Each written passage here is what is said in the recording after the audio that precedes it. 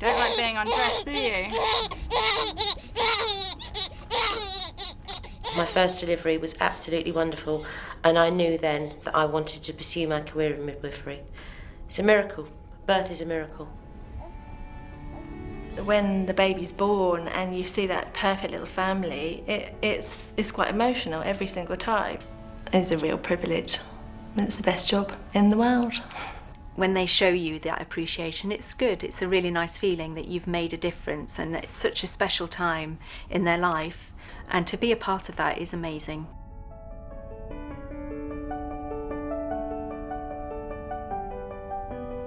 For somebody that just wants to come into midwifery because they think they can just cuddle babies all day long, that is not the case. There is so much more to it than that. I think it's definitely quite a hard course. You do really need to prepare yourself for that. From day one that you start the course, you are a professional, and you're not really like a student, so you need to remember that in how you behave, how you approach people and talk to people, and people will see you as a midwife.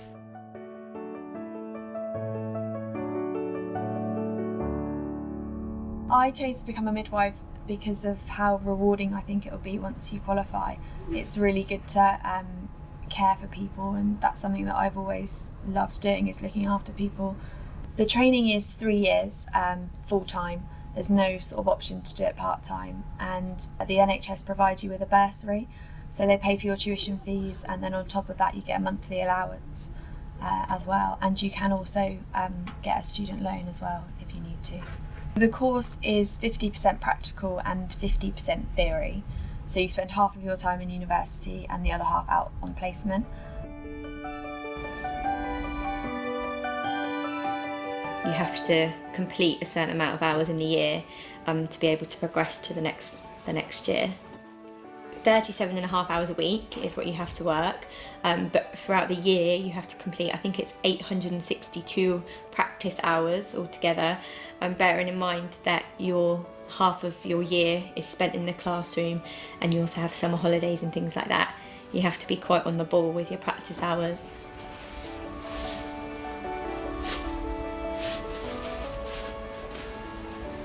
It is difficult to sort of try and find the right balance between being a student and working as well, but you just sort of have to be really good at managing your time and organising your work. Sometimes you'll have an essay to do, and it's due in when you finish your placement, so you've got to sort of be sort of one step ahead of yourself and make sure that you plan everything properly and that you are really organised to make sure that you get things done.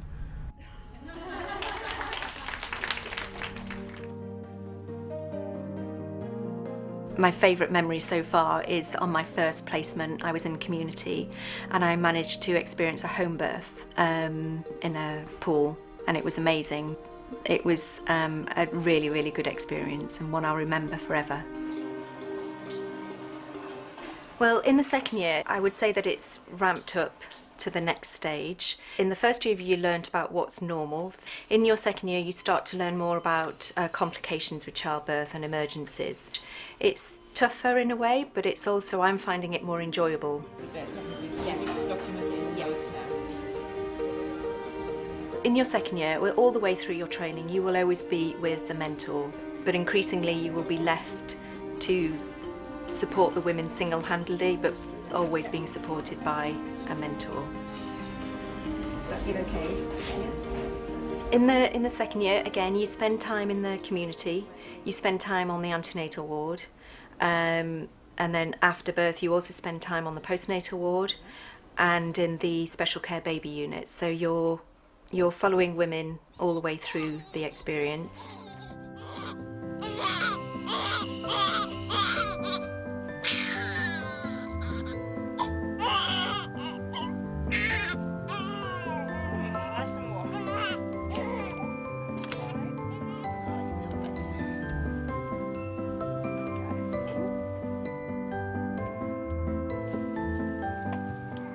The course is quite demanding. It's demanding in sort of different ways. You'll spend time in university, but you'll also spend time in practice. And when you're on placement, it is full-time and shift work. It's demanding on your family because you're not going to be around at the same times that you haven't always been around, so you need to have a supportive family. You need to be organised and have measures in place so that your children are cared for, you know, whether it's taking them to school or picking them up from school. You need to be prepared. In order to stay motivated to finish the course, you need to have the end goal in sight. You need to remember what it is why you're here. But it can be tiring because, you know, the shifts and fitting everything in, but also it's really rewarding, and I get great pleasure from doing the job that I do.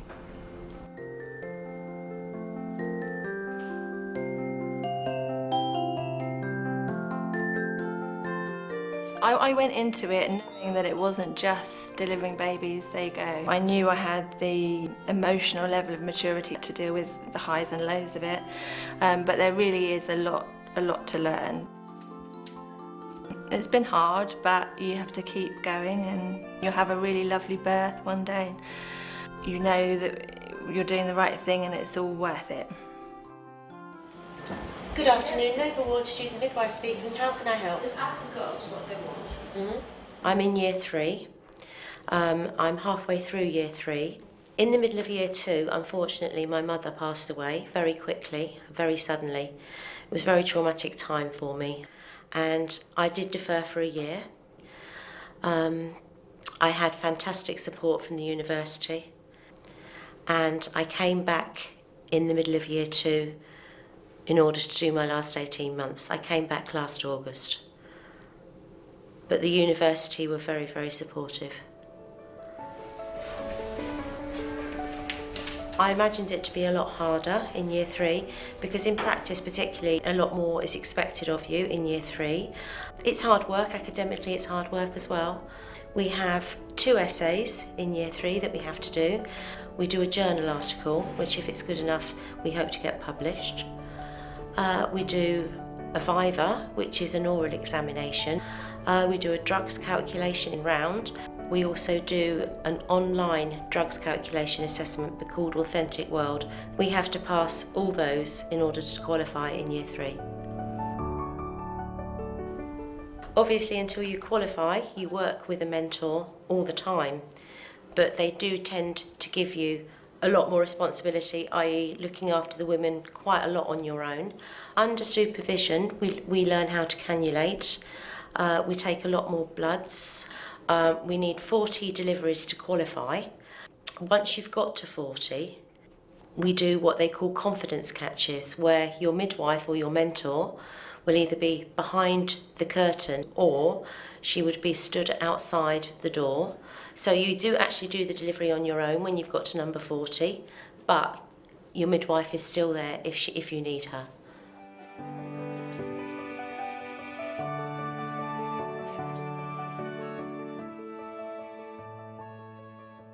There are always those cases that are difficult.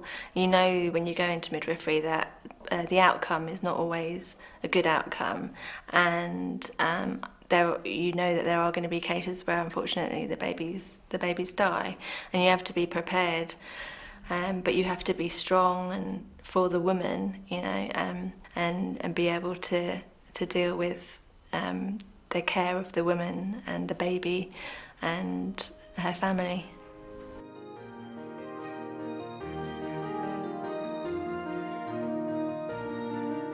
It's imperative that we must uphold the 6 C's in the NHS, in particular in midwifery.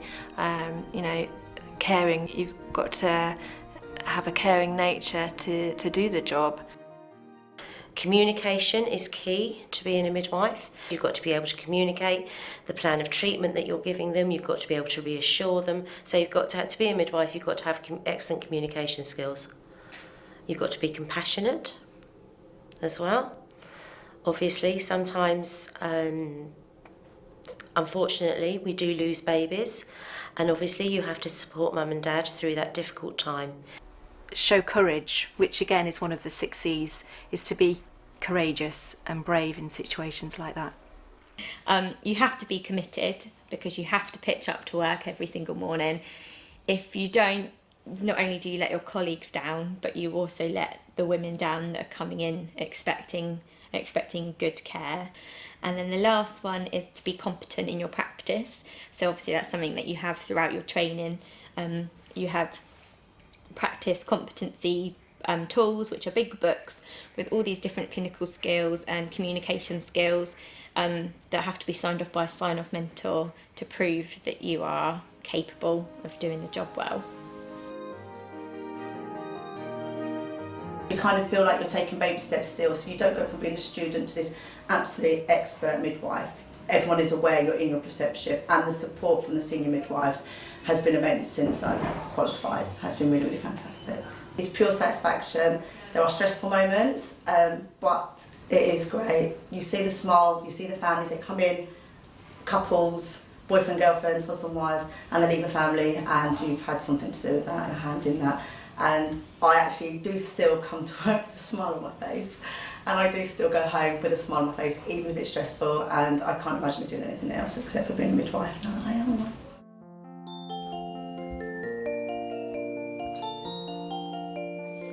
The brilliant thing about being a midwife, every day is different. You meet lots of really interesting people. You get to kind of be quite a big part of their life. And you get to bring babies into the world. It's lovely. Unlike other degree courses where you may get a degree at the end of it, but there's no employment, there's always midwifery jobs out there. So I knew I had my job before I'd finished my degree. So I finished on the 18th of August and started work on the 29th of September. When I was coming to the end of my second year of training, I was really, really struggling with the essay writing, and they discovered that I was dyslexic, and that's why I was having so much trouble with the essay writing. Through the university, I was given an awful lot of support from the learning disability team, and once I got the support, I then ended up actually getting really good marks on my essays. But I would just say that if you're finding in year one that you're struggling with the essay writing, to go and ask for help sooner rather than later, because you go up a level of writing every year, and obviously it gets harder, and that's sort of where I came unstuck really. I should have asked for help earlier. Once you'd asked for help, the help was brilliant. The most challenging thing for me during the course would be coping with the shift work and learning to adapt my family and myself to working shifts. Yeah, I hadn't worked a shift before, and that was the most challenging year. Getting to grips with having to be somewhere ready to start work at 7 in the morning. I'd never done that before.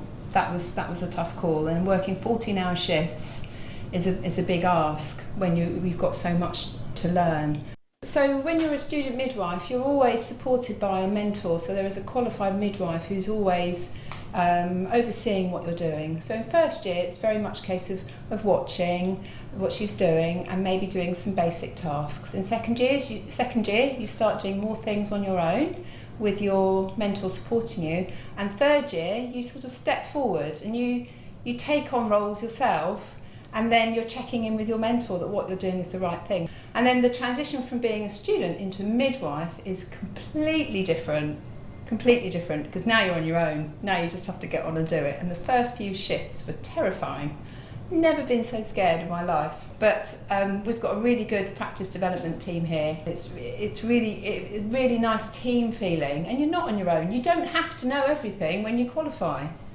You're almost relearning the job, as it were, because you're doing it for real by yourself. But there's always colleagues to ask, and that makes a big difference. And it's about having the confidence to ask rather than just feeling that you're out here on your own. You've got people that you can call on if you need to, and that's really reassuring.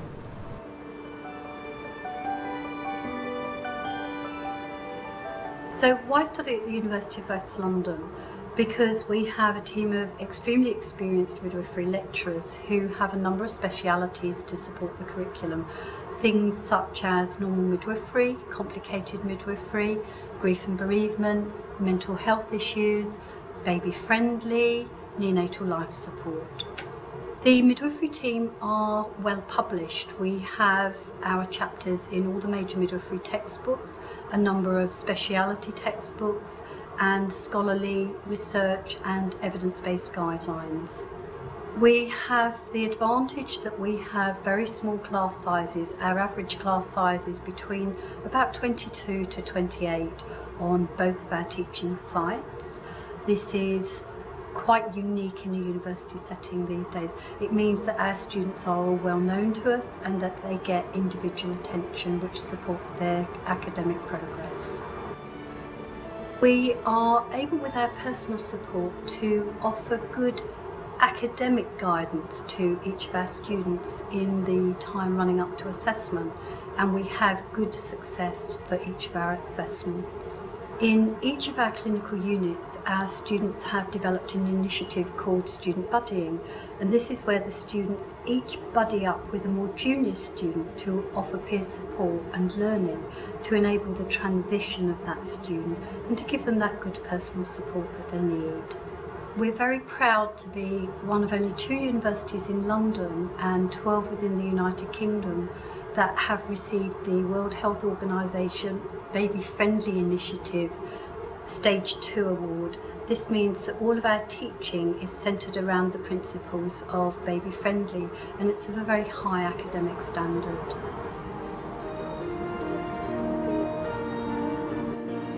So baby friendly is all about the 10 steps of successful breastfeeding. Okay, so it's almost like a training program. So it's teaching the new midwives coming through the ranks about the importance of skin to skin contact immediately after birth and up to the first hour after birth. Things like hand expression. Breastfeeding success really is getting those babies to latch onto mum's breast so they're comfortable, making sure mum's got a good milk supply, making sure that mum is eating healthy, drinking lots of water so she remains well and healthy, so her milk supply stays, so baby can feed well. Overcoming the problems of breastfeeding and sticking at the breastfeeding, because it can be hard. At 2 o'clock in the morning when you're absolutely exhausted and all your baby wants to do is feed, it can be quite demoralising, but the end results are brilliant. And it's learning to give the women that support whilst they're here with us in the unit, but also continuing that support once they go out and they're under the care of our community midwives. We'll go back to sleep. We listen to our students and we take their feedback really seriously. Our student satisfaction is very high, and this is demonstrated through the annual National Student Survey, and our results are between 93 and 100% student satisfaction. What do we ask of our students? Clearly we want all of our students to succeed, but we know through experiences that certain things will enable better progression. We need all of our students to be prepared emotionally, physically, with good health and ready to cope with the challenges of an academic programme, working in clinical practice 37.5 hours a week, working on different shifts, and these can be day shifts, they can be night shifts, and they can be long days or long nights. We need all of our students to have considered really carefully, is it the right time in their life to undertake a midwifery course?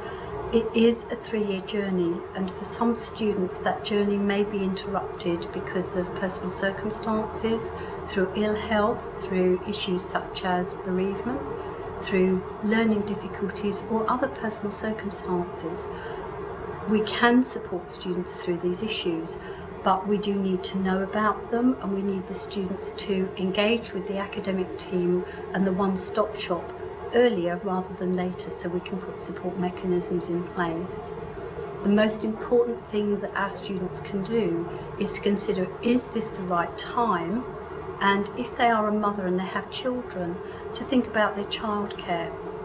Realistically, students need to have a plan A, a plan B and a plan C, because things do go wrong. You can't work and concentrate on your studies or in practice if you're insecure about your childcare and you're worrying about your own child. The advice I would give to people is just to make sure you come into it open-minded and prepare yourself for the 3 years, because it's hard work, but it's also a lot of fun and people really do enjoy it. I would go for it. I think it's a really rewarding career. I think the most important thing is that you've got the support of your family. You need to be organised and have measures in place so that your children are cared for. You know, whether it's taking them to school or picking them up from school, you need to be prepared. You have to have that level of maturity to not care about missing out on party lifestyle. It does take over your life. It's a very intensive course. It's 45 weeks, it's a full-time commitment. I'd advise that you look into it carefully. It would be a really good idea to try and get some work experience. That's something I did right at the beginning before I actually applied to come onto the course. But you've got to be really, really sure that this is what you want to do. You need a good support network at home.